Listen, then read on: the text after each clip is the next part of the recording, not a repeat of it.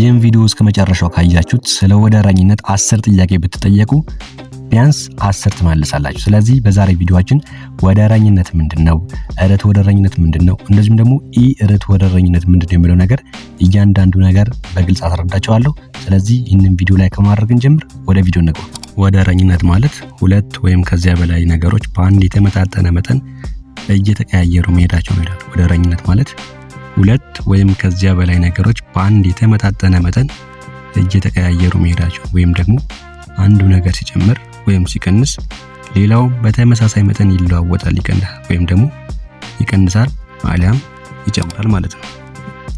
ስለዚህ ወደረኝነት ማለት ሁለት ወይም ከዚያ በላይ ነገሮች በአንድ የተመጣጠነ መጠን እየተቀያየሩ መሄዳቸው ነው ወይም ደግሞ አንዱ ነገር ሲጨምር ወይም ሲቀንስ ሌላው በተመሳሳይ መጠን ይለዋወጣል ወይም ይቀንሳል ወይም ደግሞ ይጨምራል። ይህ ማለት ሁለት ነገሮች አንደኛው ሲጨምር ሌላኛው ነገር አብሮት የሚጨምር ከሆነ ወይም አንደኛው ሲቀንስ ሌላኛው አብሮት በተመሳሳይ መጠን የሚቀንስ ከሆነ በሁለቱ ነገሮች መካከል ወደረኝነት አለ ማለት ነው። እንደዚሁም ደግሞ አንደኛው ሲጨምር ሌላኛው በተቃራኒው የሚቀንስ ከሆነና አንደኛው ሲቀንስ ደግሞ በተቃራኒው ሌላኛው የሚጨምር ከሆነ በሁለቱ ነገሮች መካከል ወደረኝነት አለ ማለት ነው። ነገር ግን ሲጨምርም ሲቀንስም በተመሳሳይ መጠን መሆን አለበት ማለት ነው። ለምሳሌ በቀላል ምሳሌ ልንገራችሁ። ለምሳሌ የአንድ ደብተር ዋጋ 50 ብር ቢሆን የደብተሩ ዋጋ ቀ እንለዋለን ማለት ነው። የደብተሩ ብዛት ቀ እንለዋለን። ደብተሩ የምንገዛበት ዋጋ ደግሞ ሸ ብለን እንሰይመዋለን ማለት ነው። ስለዚህ የአንዱ ደብተር ዋጋ 50 ብር ከሆነ የምንገዛው ደብተር መጠን እየጨመረ በሄደ ቁጥር የምንከፍለው ገንዘብ እየጨመረ ይሄዳል። ለምሳሌ አንድ ደብተር ስንገዛ 50 ብር የምንከፍል ከሆነ ሁለት ደብተር ስንገዛ 100 ብር እንከፍላለን ማለት ነው። 3 ደብተር ደግሞ ካደረግነው 150 ብር እያለ ይቀጥላል። ስለዚህ የደብተሩ ብዛት ቀ እንለዋለን። የምንከፍለው የገንዘብ ብዛት ደግሞ ወይም ደግሞ የገንዘብ መጠን ደግሞ ሸ እንለውና እዚህ ጋር የእቃ ዋጋ ሲጨምር የሸ ዋጋ አብሮ ይጨምራል ወይም ደግሞ የምንገዛው ደብተር ብዛት ሲጨምር የምንከፍለው ገንዘብ መጠን አብሮ ይጨምራል ማለት ነው። ሌላው ደግሞ እዚህ ጋር መሃል ላይ ጠ የምትባል ነገር አለች ወይም ደግሞ መጣኝ የምንላት ማለት ነው።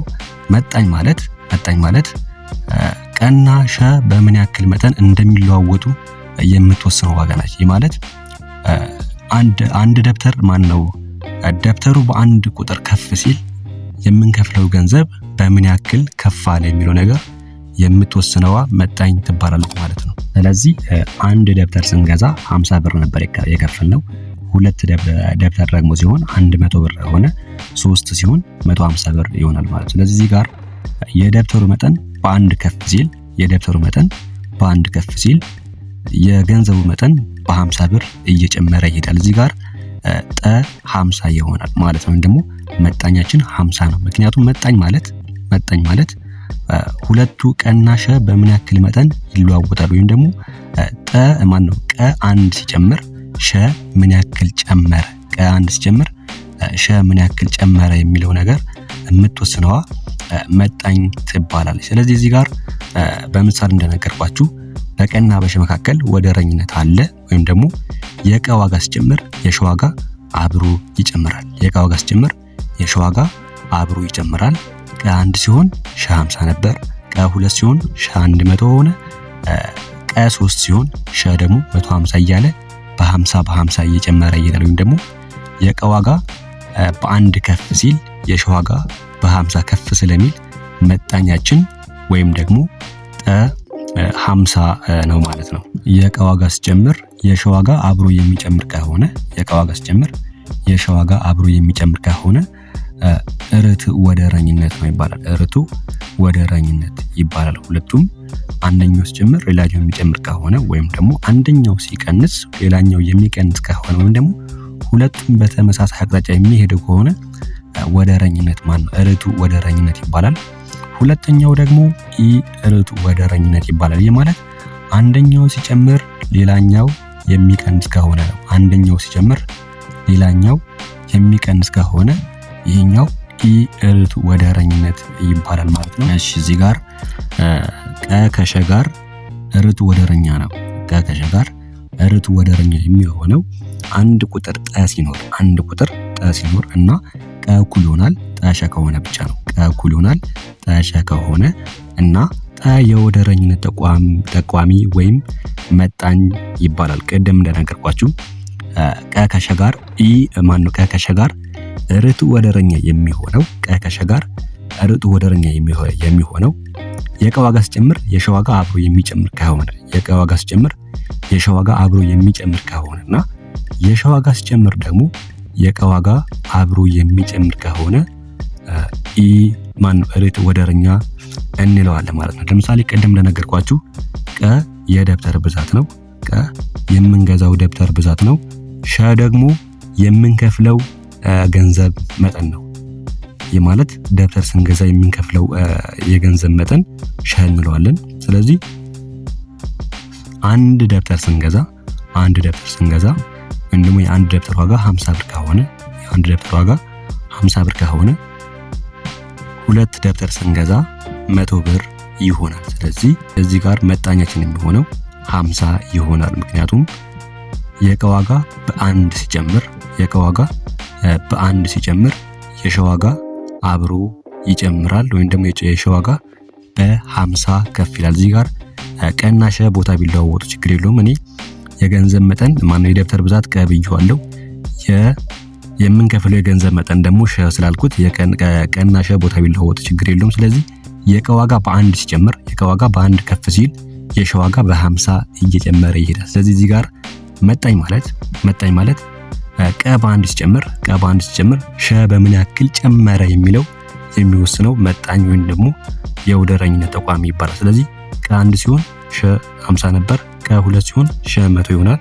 ቀ 3 ሲሆን ሸ 150 ይሆናል። ስለዚህ ጋር ቀ በአንድ ሲጨምር ሸ በ50 ስለሚጨምር የወደረኝነት ጠቋሚ ወይም ደግሞ መጣኛችን 50 ይሆናል ማለት ነው። እዚህ ጋር ምሳሌ 5 ላይ አንድ ሹፌር 100 ኪሎ ሜትር ለመጓዝ 15 ሊትር ነዳጅ ለመኪናው ይቀዳል። አንድ ሹፌር 100 ኪሎ ሜትር ለመጓዝ 15 ሊትር ነዳጅ ለመኪናው ይቀዳል። ሹፌሩ በ5 ሊትር ስንት ኪሎ ሜትር ይጓዛል? መጀመሪያ ይህ ጥያቄ ርቱዕ ወደረኛ ነው ወይስ አይደለም? ወይም ደግሞ ርቱዕ ወደረኛ ነው ወይስ ርቱዕ ወደረኛ የሚለው ነገር በደንብ ማወቅ ነው። እዚህ አንድ ሹፌር 100 ኪሎ ሜትር ለመጓዝ 15 ሊትር ነዳጅ ለመኪናው ይቀዳል።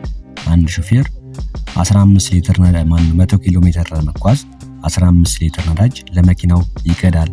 ሾፌሩ በ5 ሊትር ስንት ኪሎ ሜትር ይጓዛል? ስለዚህ መኪናው የሚሸፍነው ርቀት በጨመረ ቁጥር የነዳጅ ፍጆታ ይጨምራል ወይስ ይቀንሳል? እንደዚሁም ደግሞ የነዳጅ ብዛት ወይም ደግሞ የሚቀዳው ነዳጅ በቀነሰ ቁጥር መኪናው የሚሸፍነው ርቀት ይቀንሳል ይጨምራል? ይሄ ግልጽ ነው አይደል? አንድ መኪና በብዙ ኪሎ ሜትር የሚጓዝ ከሆነ ግልጽ ነው ብዙ ነዳጅ ይጨርሳል። ጥቂት ኪሎ ሜትር ደግሞ የሚጓዝ ከሆነ የሚጨርሰው ነዳጅ በዛው ልክ ዝቅ እያለ ወይም ደግሞ እየቀነሰ ስለሚሄድ ርቱዕ ወደረኛ ወይም ደግሞ መኪና የሚጓዝበት ርቀት ከሚጨርሰው ነዳጅ ጋር ርቱዕ ወደረኛ ነው። ምክንያቱም የሚጓዘው ርቀት ከፍ ሲል የሚጨርሰው ነዳጅም በዛው ልክ ከፍ ይላል። የሚጓዘው ርቀት ደግሞ ዝቅ ካለ የሚጨርሰው ነዳጅ በዛው ልክ ዝቅ ሲል፣ ይህ ጥያቄ ርቱዕ ወደረኛ ነው። መኪናው የሚፈጀው ነዳጅ የሚሸፍነው ርቀት ጋር ርቱዕ ወደረኛ ነው። ስለዚህ ይህንን ጥያቄ ለመስራት 100 ኪሎ ሜትር ሁል ጊዜ ርቱዕ ወደረኛ ከሆነ ጥያቄያችን ሁል ጊዜ ርቱዕ ወደረኛ ከሆነ በዚህ መልኩ ማስቀመጥ አለብን። 100 ኪሎ ሜትር ሲጓዝ 15 ሊትር ከጨረሰ 100 ኪሎ ሜትር ለመጓዝ 15 ሊትር ከጨረሰ 5 ሊትር ነዳጅ ቢጠቀም ምን ያክል ኪሎ ሜትሮች ይሸፍናል? ወይም ደግሞ 100 ኪሎ ሜትር እኩል ይሆናል 15 ሊትር 20 ኪሎ ሜትር እኩል ይሆናል 5 ሊትር። 20 ኪሎ ሜትር ማለት የማይታወቀው ርቀት ማለት ነው። ደግሞ በ5 ኪሎ ሜትር በ5 ሊትር የሚሸፍነው ርቀት ሀ ኪሎ ሜትር እንለዋለን። ወይም ደግሞ 100 ኪሎ ሜትር ለመሸፈን 15 ሊትር ነዳጅ ከጨረሰ በ5 ሊትር ምን ያክል ኪሎ ሜትር ይሸፍናል? ወይም ደግሞ ሀ ኪሎ ሜትር እኩል ይሆናል 5 ሊትር እንለዋለን። ይህ በሌላ አገላለጽ ሲጻፍ 120ኛ እኩል ይሆናል 15 አምስተኛ 120ኛ እኩል ይሆናል 15 አምስተኛ እናደርጋለን። ከዛ ክሪስ ክሮስ እናደርገውና 100 ሲባዛ በ5 እኩል ይሆናል 15 ሲባዛ በ 100 ሲባዛ በ5 እኩል ይሆናል 15 ሲባዛ በ ስለዚህ 100 ሲባዛ በ5 እኩል ይሆናል 500 እኩል ይሆናል 15 ሲባዛ በ 15 ሀ ስለዚህ 500 እኩል ይሆናል 15 ሀ ይሆናል ማለት ነው። ስለዚህ 15 ከሀ አጠገብ ስላለችና እኛ ደግሞ የምንፈልገው የሀ ዋጋ ስለሆነ ካጠገቡ 15 ማጥፋት ይኖርብናል። 15ን ለማጥፋት በሁለቱም በኩል በ15 እናካፍላለን ማለት ስለዚህ በሁለቱም በኩል በ15 እናጠፋለን ማለት ነው። ስለዚህ በ15 እናጠፋ ሀ እኩል ይሆናል 500 ሲካፈል ለ15 ይሆናል ማለት ነው። ሀ እኩል ይሆናል 500 ሲካፈል ለ15 ወይም ደግሞ 500 15ኛ ይሆናል ማለት ነው። እዚህ ጋር ደግሞ በ3 ማን ነው በ5 እናቃለን 500ን በ5 100 ይመጣል 15ን በ5 3 ይመጣል። ስለዚህ 100 3ኛ ይሆናል። ስለዚህ እዚህ ጋር 100ን ለ3 እናካፍለው 33.3 ኪሎ ሜትር ይሆናል። 33.3 ኪሎ ሜትር ይሆናል። ስለዚህ ጋር መኪናው 100 ኪሎ ሜትር ለመሸፈን 15 ሊትር ነዳጅ ነበር የጨረሰው እና ደግሞ እዚህ ጋር የነዳጁ መጠን በ3 እጥፍ ዝቅ ሲል መኪናው የሚሸፍነው ርቀት አብሮት በ3 እጥፍ ዝቅ ይላል። ምክንያቱም የ100 ለ3 እናካፍለው 33.3 ስለሆነ የመኪናው ፍጥነትም የመኪናው የሚሸፍነው ርቀትም በ3 ዝቅ ይላል ማለት ነው። ስለዚህ አንድ መኪና የሚጓዘው ርቀት ወይም ደግሞ አንድ መኪና የሚሸፍነው ርቀት ከሚጨርሰው ነዳጅ ወይም ደግሞ ከሚጠቀመው ነዳጅ ብዛት ፍጆታ ጋር ርት ወደረኛ ነው ማለት ነው።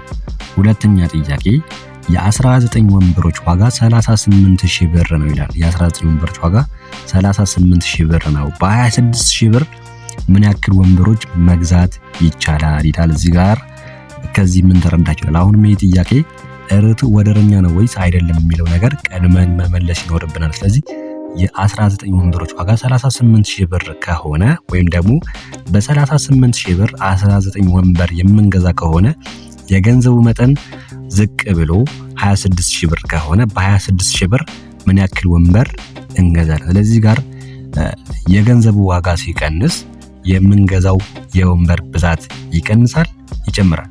ይህ ምንም የሚያሻማ ነገር የለውም። በ38000 ብር 19 ወንበር የምንገዛ ከሆነ የገንዘቡ መጠን ወደ 26000 ብር ዝቅ ካለ የምንገዛው የወንበር ብዛት አብሮ ይቀንሳል። ይህ ግልጽ ነው። ስለዚህ ተመሳሳይ ወንበር የምንገዛ ከሆነ በ38000 ብር 19 ወንበር የምንገዛ ከሆነ በ26000 ብር የምንገዛው ወንበር ከ19 ወንበር ዝቅ ያለ ወይም ደግሞ የቀነሰ መሆን አለበት። ምክንያቱም የምንገዛው ወንበር ከምንከፍለው ገንዘብ ጋር ርት ወደረኛ ስለሆነ ወይም ብዙ ወንበር ስንገዛ ብዙ ገንዘብ እንከፍላለን። የምንገዛው ወንበር ደግሞ ዝቅ ካለ የምንከፍለው ገንዘብ አብሮ ዝቅ ስለሚል ርት ወደረኛ ነው ማለት ነው። ስለዚህ የ19 ወንበሮች ዋጋ እኩል ይሆናል 38000 ብር ከሆነ ወንበሮች ዋጋ እኩል ይሆናል። ስለዚህ እኛ የምንፈልገው ወንበሮች ዋጋ ነው ወይም ደግሞ በ26000 ብር ምን ያክል ወንበር መግዛት ይቻላል የሚለው ስለሆነ 19 ወንበሮች እኩል ይሆናል 38000 ብር ከሆነ ወንበሮች ዋጋ እኩል ይሆናል 26000 ብር ወይም 19 ሲባዛ በ26000 ብር 19 ሲባዛ በ26000 ብር እኩል ይሆናል 38 ሲባዛ በመዛው ባለበት ክሪስ ክሮስ እናደርግና 19 ከ26 እናባዛለን 38ን ከመ ጋር እናባዛለን ማለት የማይታወቁ የወንበሮች ብዛት ስለሆነ ስለዚህ 19 ሲባዛ በ26000 ብር 38000 ብር ሲባዛ በመ ይሆናል። አሁንም እዚህ ጋር ልክ እንደ ቅድሙ እኛ የምንፈልገው የመ ዋጋ ስለሆነ ከማጠገብ 38000 ማጥፋት ይኖርብናል። ስለዚህ 19 ሲባዛ በ26000 እኩል ይሆናል 494000 ብር ይመጣል። 494000 ብር ይመጣል። ስለዚህ 38000 መ የሚለው ወይ ደግሞ 38000 መ የነበረው በ38000 በ38000 እናጣፋና መ እኩል ይሆናል 494000 ሲካፈል ለ38000 ይመጣል። 494000 ሲካፈል ለ38000 ይመጣል። ወይም ደግሞ 30 በ30 ስናጠፋ 494 38ኛ ይሆናል። 494 38ኛ በሁለት እናቃልል 247 19ኛ ይሆናል። 247 19ኛ በ19 ደግሞ ስናቃልል 13 አንደኛ ወይም 13 ወንበር እንገዛለን። ስለዚህ በ26000 ብር 13 ወንበሮች መግዛት ይቻላል። ስለዚህ ጋር ቀደም እንደነገርኳችሁ በ38000 ብር 19 ወንበር የምንገዛ ከሆነ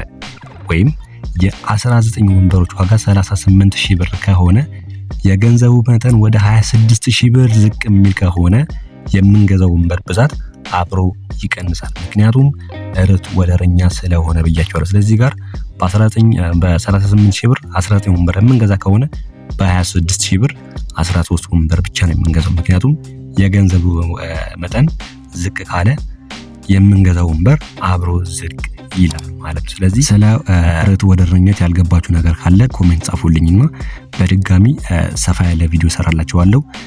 ነገር ግን ቪዲዮ ጠቃሚ ነው ብላችሁ የምታስቡ ከሆነ ላይክ እና ሼር አድርጉ፣ ሌሎች ሰዎች ጋር እንዲደርስ ላይክ አድርጉ። እንደዚሁም ደግሞ ያግራ ያላችሁ ነገር ካለ ወይም ደግሞ ያልገባችሁ ነገር ካለ ኮሜንት ጻፉልኝና ድጋሚ ሌላ ቪዲዮ ሰራላችኋለሁ ማለት ነው። እኛው ኢ ርቱ ወደረኛ ነው። ቀ ከሸ ጋር ኢ ርቱ ወደረኛ ነው የምንለው ወይም ደግሞ ቀ ከሸ ጋር ኢ ርቱ ወደረኛ ከሆነ አንድ ቁጥር ጠ ሲኖር ቀ እኩል ይሆናል ጠ ሸኛ ወይም ደግሞ ቀ እኩል ይሆናል ጠ ሲካፈል ለሸ ከሆነ ብቻ ነው። እዚህ ጋር አንድ ነገር በደንብ ግልጽ አድርጌ የምናገር የምፈልገው ነገር ብዙ ጊዜ መጣኝ የሚለው ነገር ግራ ይገባችኋልና በኢ ርቱ ወደረኛ ጊዜ ሁል ጊዜ ማለት ነው መጣኛችን የሚሆነው ቀ ሲባዛ በሸ ነው። ሁል ጊዜ በኢ ርቱ ወደረኛ ጊዜ መጣኝ ፈልጉ ከተባላችሁ መጣኛችን ቀ ሲባዛ በሸ ወይም ደግሞ ቀሸ ይሆናል ማለት ነው። እሺ ምሳሌ 9 ላይ የሚከተሉት ኢ ርቱ ወደረኛ ጥያቄዎች ፍቱ ይላል። ሀ ላይ ሁለት ሰዎች አንድን ስራ በ10 ቀን ቢጨርሱ አንድን ስራ በ10 ቀን ቢጨርሱ ይህንኑ ስራ 10 ሰዎች ቢሰሩት ስንት ቀን ይፈጅባቸዋል? በመጀመሪያ ይህ ጥያቄ ኢ ርቱ ወደረኛ መሆኑ ተገልጿል። ነገር ግን እዚህ ጋር የሰዎቹ ብዛት ከፍ ሲል ወይም ደግሞ አንድ ስራ ለመስራት 10 ሰዎች ሁለት ሰዎች 10 ቀን የሚፈጅባቸው ከሆነ የሰዎቹ ብዛት ከፍ ሲል ስራው የሚያልቅበት ቀን ይቀንሳል ይጨምራል? ይህ ግልጽ ነው። ሁለት ሰዎች በ10 ቀን የሚጨርሱት ከሆነ የሰዎቹ ብዛት 4 ሲሆን ስራው የሚያልቅበት ቀን ዝቅ እያለ 8 ሲሆን ስራው የሚያልቅበት ቀን ዝቅ እያለ 10 ሲሆን ደግሞ ጭራሽ ዝቅ እያለ ይሄዳል ማለት ነው። እዚህ ጋር ቀድመን መጣኝ እንፈልግ። ቀደም እንደነገርኳችሁ መጣኝ ማለት የቀና የሸ ዋጋ ነው ሁልጊዜ። ስለዚህ እዚህ ጋር የሸ ዋጋ ሁለት ሰዎች ነው። ሁለት ሰዎች በ10 ቀን ቢጨርሱ አንድ ስራ ሁለት ሰዎች በ10 ቀን ቢጨርሱ ስለተባልን የሸ ዋጋ ሁለት ሰዎች ነው። የቀ ዋጋ ደግሞ 10 ነው ወይም ደግሞ 10 ቀን። የሸ ዋጋ ሁለት ሰዎች የቀ ዋጋ 10 ቀን ስለሆነ የሸዋ ነው መጣኝ ስንፈልግ 2 ሲባዛ በ10 ነው የምናደርገው። 2 ሲባዛ በ10 ስለሆነ 2 ሲባዛ በ10 20። ስለዚህ መጣኛችን 20 ይሆናል ማለት ነው። ስለዚህ አንዴ መጣኛችን ካገኘን በኋላ እዚህ ጋር በደንብ ያዙልኝ። በጣም ቀላል ነገር ነው። አንዴ መጣኛችን ካገኘን በኋላ የሸ ዋጋ መፈለግ በጣም ቀላል ነው።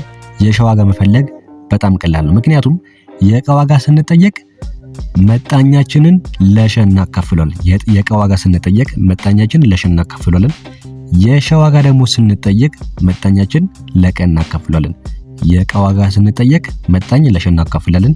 የሸ ዋጋ ደግሞ ከተጠየቅን መጣኛችን ለቀ እናካፍላለን። ስለዚህ ቀድማችሁ ሁል ጊዜ መጣኝ መፈለግ ይኖርባችኋል። መጣኛችሁ ደግሞ ሁል ጊዜ ሸ ሲባዛ በቀ ነው።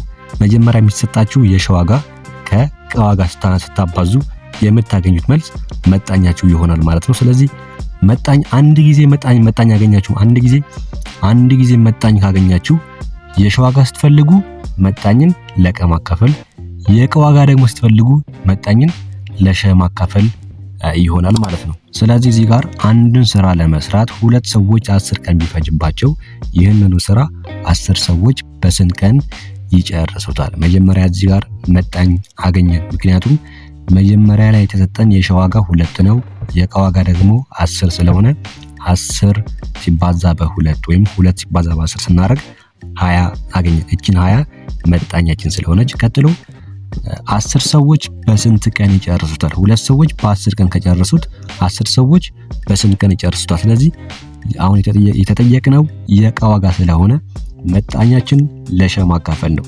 መጣኝ ማን ነው? 20። የሸ ዋጋ ማን ነው? 10። 20 ሲካፈል 10 2። ስለዚህ ሁለት ሰዎች በ10 ቀን ከጨረሱት 10 ሰዎች በ2 ቀን ይጨርሱታል። ለማረጋገጥ የመጀመሪያው ሳጥን ላይ 2 ሲባዛ በ10 20 ነው።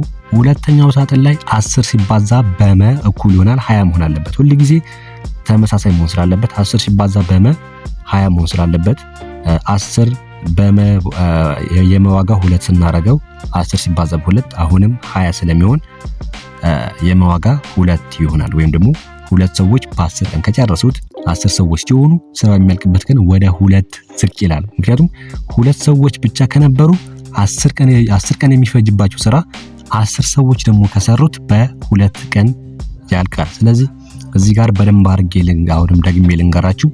መጣኝ ስትፈልጉ ሁል ጊዜ ሸን ከቀ ጋር ማባዛት ነው። መቼ? በኢ ርት ወደረኛ ጊዜ መጣኝ ስትፈልጉ ሸን ከቀ ጋር ማባዛት ይኖርባቸዋል። አንድ ጊዜ መጣኛችሁ ካገኛችሁ በኋላ የሸ ዋጋ ስትፈልጉ መጣኝን ለቀ ማካፈል ነው። የቀ ዋጋ ደግሞ ስትፈልጉ መጣኝን ለሸ ማካፈል ይሆናል ማለት ነው። ስለዚህ ቪዲዮ እንዳይረዝም ከዚህ በላይ እንዳይረዝም እዚህ ጋር እንጨርሳለን። ስለዚህ እናንተ ይህ ቪዲዮ ጠቃሚ ነው ብላችሁ ካሰባችሁ ሌሎች ሰዎች እንዲማሩበት ላይክ እና ሼር ማድረጋችሁ እንዳትረሱ። እንደዚሁም ደግሞ በቀጣይ ስለ ወደረኝነት ተጨማሪ ቪዲዮዎች እሰራለሁ። ተጨማሪ ምሳሌዎች ስለምሰራ ይህንን ቻናል ሰብስክራይብ ማድረግ አትርሱ። እንደዚሁም ደግሞ ስለ ወደረኝነት ያልገባችሁ ነገር ካለ የትኛውም ጥያቄ እንድሰራላችሁ የምትፈልጉት ነገር ካለ ኮሜንት ጻፉልኝ። ሌላ ተጨማሪ ቪዲዮ እሰራላችኋለሁ። ስለዚህ የዛሬ ቪዲዮ ይህን ይመስል ነበር። በቀጣይ ሌላ ቪዲዮ እስክንገናኛለን።